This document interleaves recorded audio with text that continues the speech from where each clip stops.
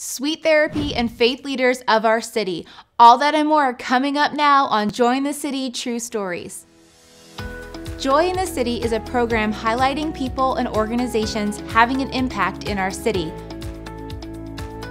All too often, we hear about the problems and the dysfunction in our culture, but we are coming with a different approach as we take a look at the good things that are going on right here in our community.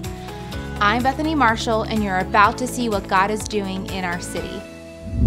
We want to thank our program sponsors, Park Home, for the donation of furniture used in our studio, Made by Vogel for the contribution of many props in our studio, and our platinum sponsor, Harry's Construction, for their ongoing support of Joy in the City. Sweet Therapy is about pet therapy and how one lady from Johnstown takes her dog into nursing homes to help relieve some of the patient's stresses. For this segment, we partner with our community friends from Kaleidoscope the Series for this story.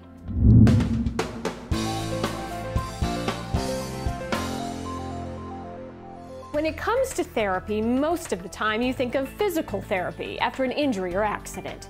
McDoogle is a golden retriever that gives emotional therapy and enjoyment to children and the elderly in her golden years.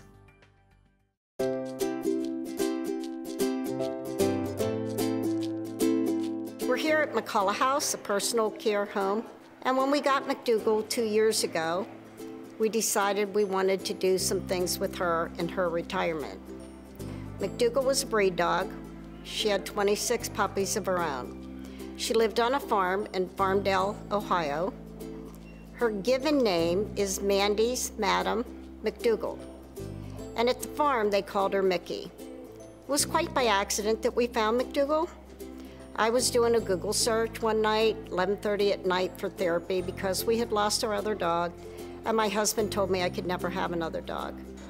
So all the people that worked for me told me I was not being happy every day, and I was yelling and being grouchy. So they decided to start searching for a dog for me also. I had to break the news to my husband, so I sent him a Dear John letter and told him how unhappy I was without a dog, and that if he would open the attachment, he would see something that would make me very happy.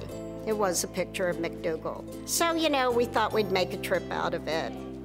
We stayed overnight in Grove City, drove up to Farmdale, and met McDoogle for the very first time. Well, it was Mickey at that time. Well, here we are 2 years later, and McDoogle now goes to nursing homes and makes people happy. She goes to the library, and children read to her, and she is so excited when she comes these places. So in McDougle's retirement, she has proved to make other people happy. When we got McDoogle, I realized McDoogle was a little special. She was calm, she was soothing.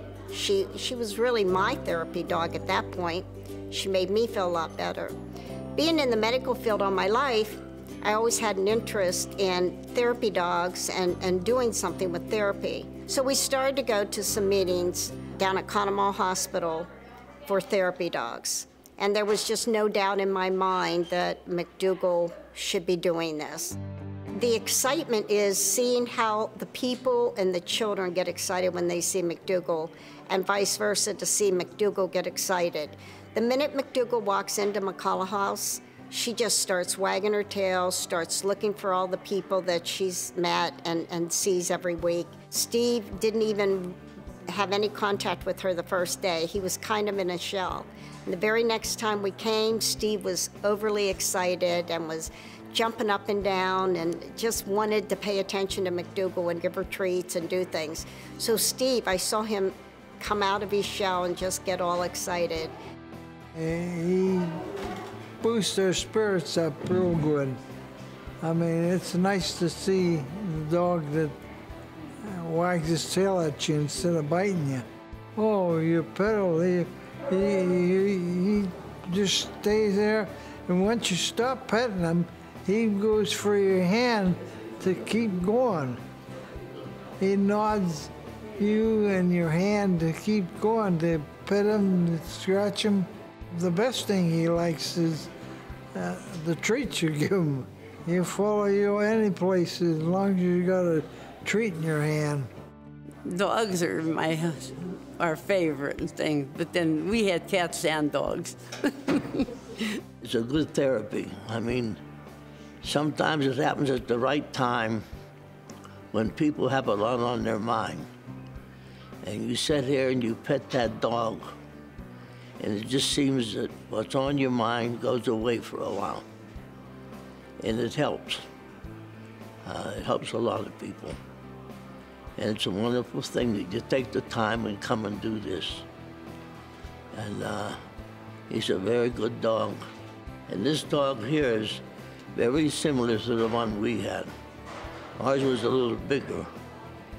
And a very nice dog, very friendly with children, just like this dog is here. There's no medicine in the world that can put smiles on these people's faces the way McDoogle does when she walks in that door. McDougle's tail starts to wag, they start to smile. When I left the last time, one of the women called me and said that it's like giving our residents happy pills. The minute McDoogle walks in the door, they swallow the happy pill and they're just like ecstatic and happy to have McDoogle licking their fingers and just smiling at them. McDoogle actually does smile back at them. On a stormy night, 3 weeks later, Nanny cheered, "The puppies are here, all 15 of them." Then thunder, crack, and gorilla swooped in the room. "I'm here for the puppies. I'll buy them all." McDougle's been coming to the library for about a year now since we launched our Tales with Tales program. And every month we have dogs coming into the library who act as listeners of stories for our school-age children who come and can read whatever they want. And McDoogle is one of our best listeners, and the kids really love just being able to snuggle up next to him and to read whatever they want. Peep, peep. The library called us and asked us if McDoogle would be interested in doing this program with them. They had heard she was a calm, laid-back golden, so we decided to try it. McDoogle and I love it. McDoogle jumps out of the car, runs into the library. I don't even have to leash her. She knows where she's going. She's right up the steps into the children's library, and she knows right what room to go to see the kids.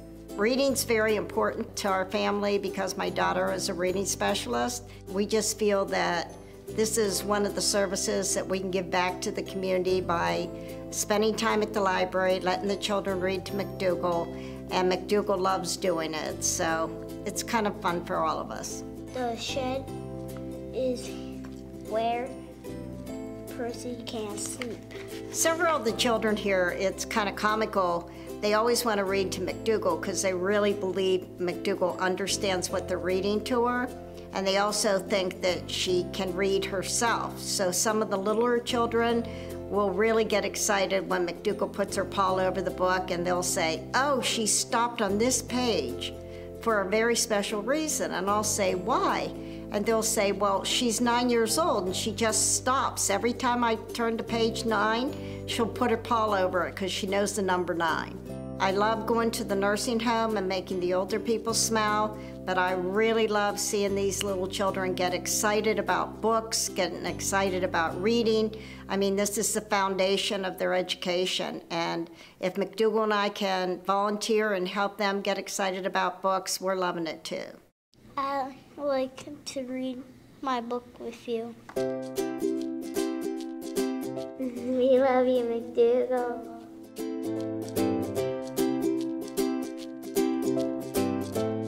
This story was originally recorded several years ago, and since then, McDoogle has passed on. But we are so glad to show how he impacted young and old alike for many years.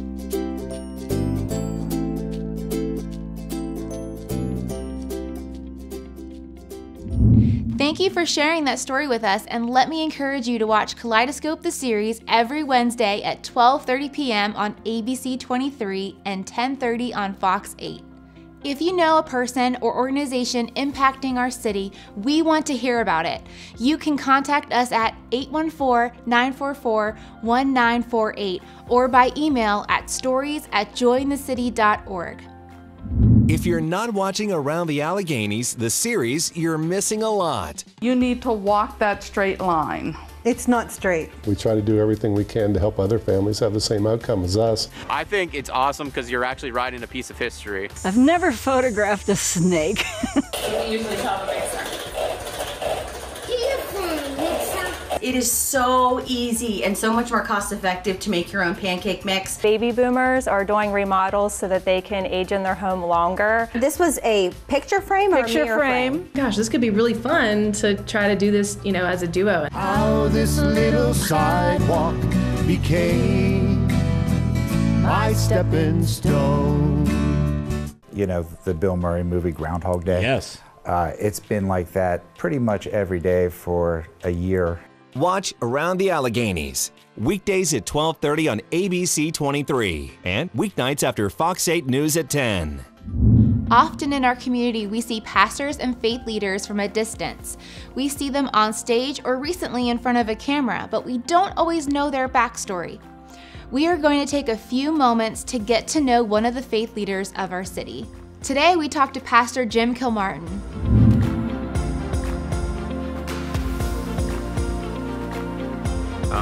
Well, my name is Jim Kilmartin. I've been married. This summer will be 21 years, and my wife and I have 6 kids, and they're fantastic, so I absolutely love them. I grew up in Tyrone, born and raised there, has such a heart and passion for the community of Tyrone. I was the mayor of Tyrone for a season, for 4 years term, and I've run a ministry called Joshua House for 20 years, working with kids. I think that's where God got a hold of my life when I was 14 and 15 years old, but He really broke my heart. I was at a place of like, well, gosh, I want to go do something amazing. I want to go travel the world. I want to go do these things. And then the Lord said, go back to your hometown. And that was, I think, such a pivotal place for me because it was a humbling and it was bringing me to where His heart was for me. And He brought me through a process. It wasn't easy. I mean, it was difficult. It was difficult starting something from the ground up. But I guess that's one of the things I would say is that God's made me very entrepreneurial. I love being an entrepreneur of creating things. So starting a ministry called Joshua House, starting Hoops Fest, a big 3-on-3 basketball tournament from basically nothing. We've planted a church. God called us from Tyrone to come here to Altoona to plant a church, and that is one of the joys of my life for sure. And I also run and own a commercial cleaning business. So you got the pastoral side, I have the business side, I've stepped into the political side. I love sports. I've done a lot of coaching and I sit in the stands a lot cheering my kids on. But from my end, I love to be engaged in the community. First be engaged with God and then learning how to be engaged with the community and bringing the kingdom of God here on earth.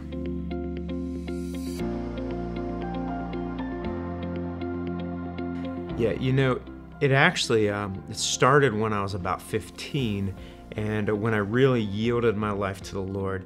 And I stood up and I was at the Creation Festival and I answered a call to the Lordship of Christ.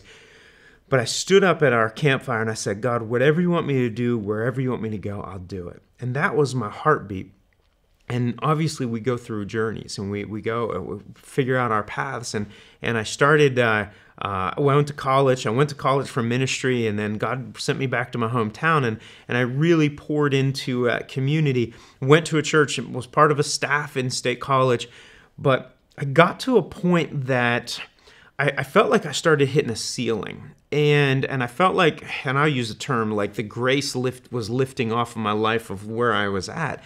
And I knew that there was something more, that there was a yearning inside of me. And I didn't know what it was. And I just kept seeking the Lord. And then through a couple pastors and words from the Lord came and said it was time to plant a church. And so my pastor's pastor came and spoke to us and said, Jim and Jess, it's time for you guys. You're like a Nehemiah with a sword in one hand, a trowel in the other hand, and he went through it, but he said, it's time for you to go plant a church. He said, you're ripe on the vine. Let's get you moving forward. And he said, Altoona, Pennsylvania. And I was kind of shocked, and I didn't see that, but I knew that I was open for wherever God wanted me to go. Wherever you want me to go, whatever you want me to do, I'll do it. And when the word of the Lord came from me for Altoona, I was just like, it's right. That is right. And so we began to pray into that, and then we went through a process from our local church to send us out, to commission us out, and then our network of churches to pray over us and lay hands on us and commission us to plant the church. And so for me, I know I'm called into this city, and so therefore I know that I to walk humbly, but to walk in a level of authority because God sent me in here, and I just wanna do what He's called me to do, and it's been exciting.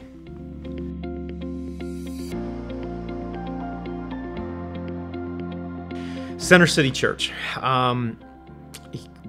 started in January 1st of 2017, 17 people in my house, and praying about how do we do this, where do we go, and then we launched on Easter Sunday and had a number of people come, and we'd been working on inviting people and winning people to the Lord, and I'll be honest with you, I didn't know what to expect. I didn't know what it was supposed to look like.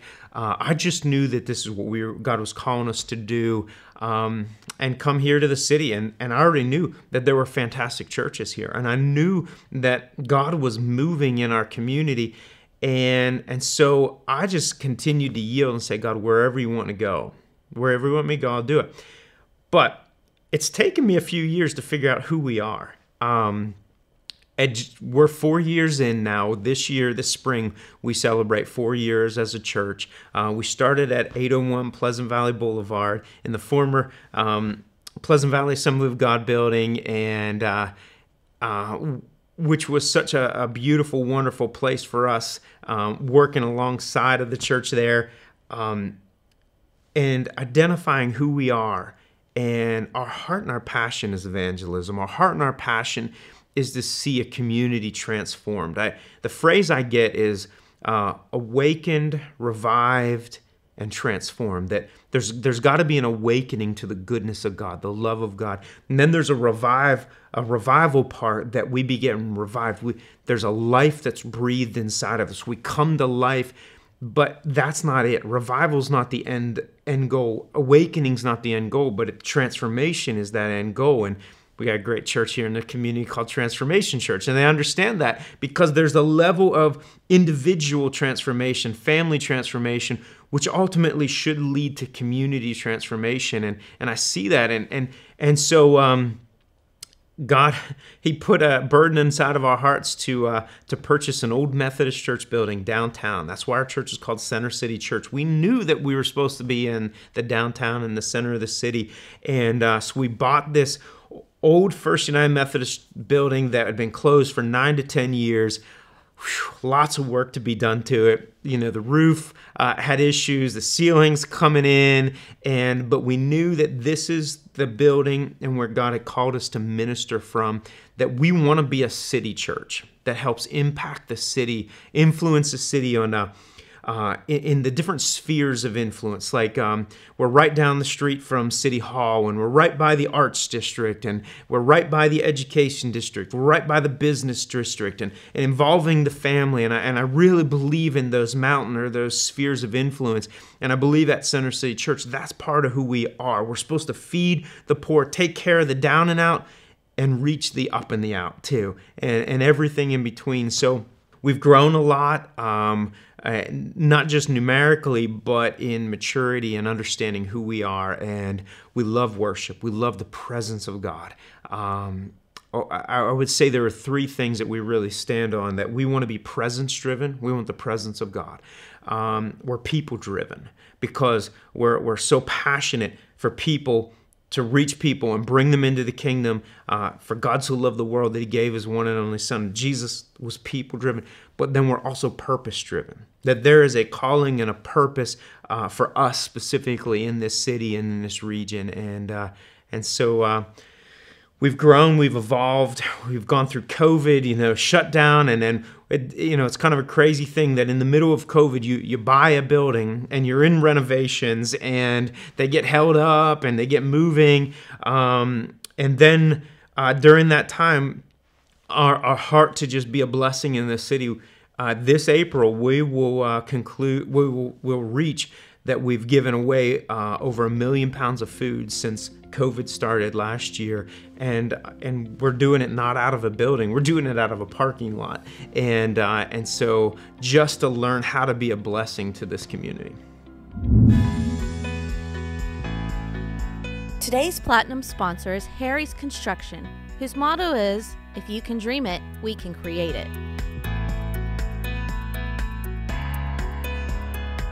Recently opening Harry's Construction Kitchen and Bath Center so you, the consumer, can see examples of the variety of services provided by the team at Harry's Construction.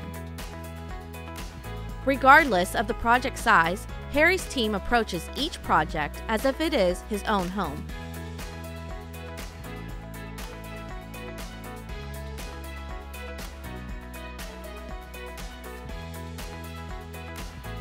Be sure to visit Harry's Construction Kitchen and Bath Center at 114 Main Street in Bellwood. You can also visit their website to see pictures of home improvement projects over the years.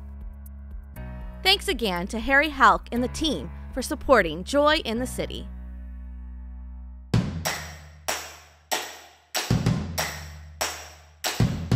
Made by Vogel is a father and son business that produces high-quality handmade wooden products such as cutting boards, bowls, bottle stoppers, and more.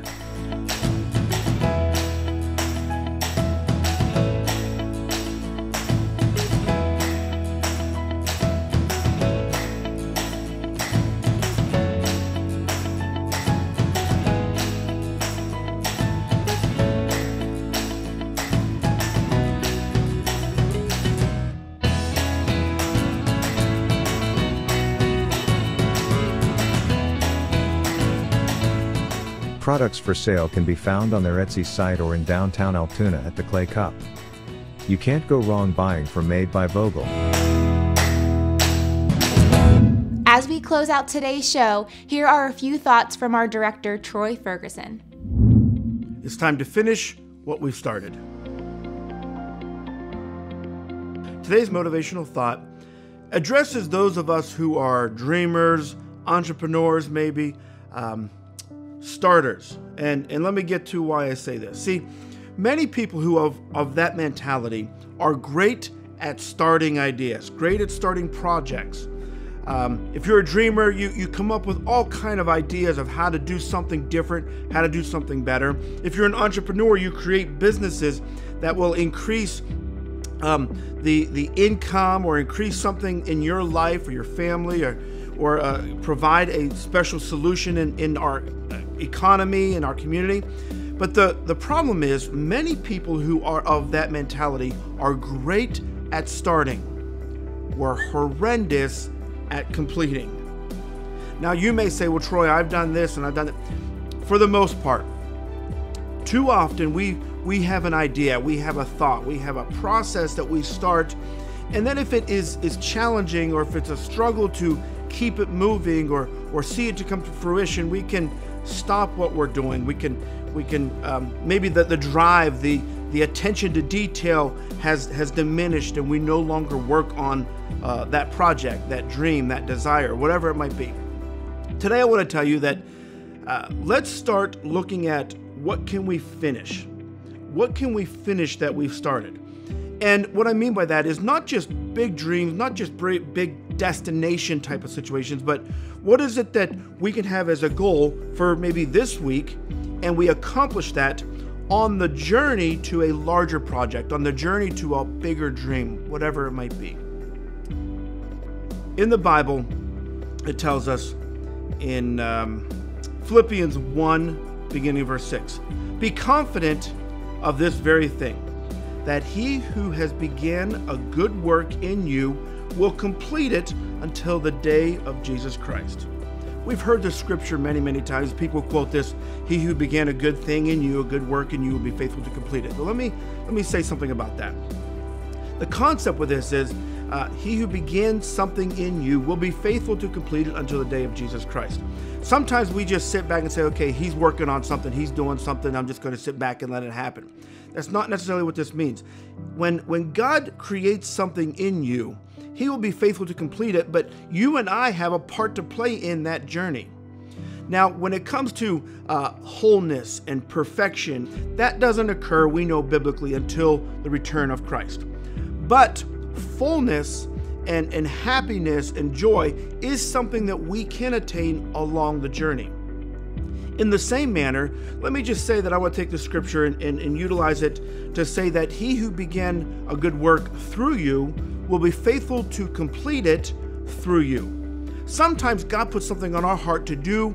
Like I said, it's a dream, it's a business, it's a concept. It might even be just something small that will be this week. But in doing that, God will give you the tools, God will give you the resources to complete it.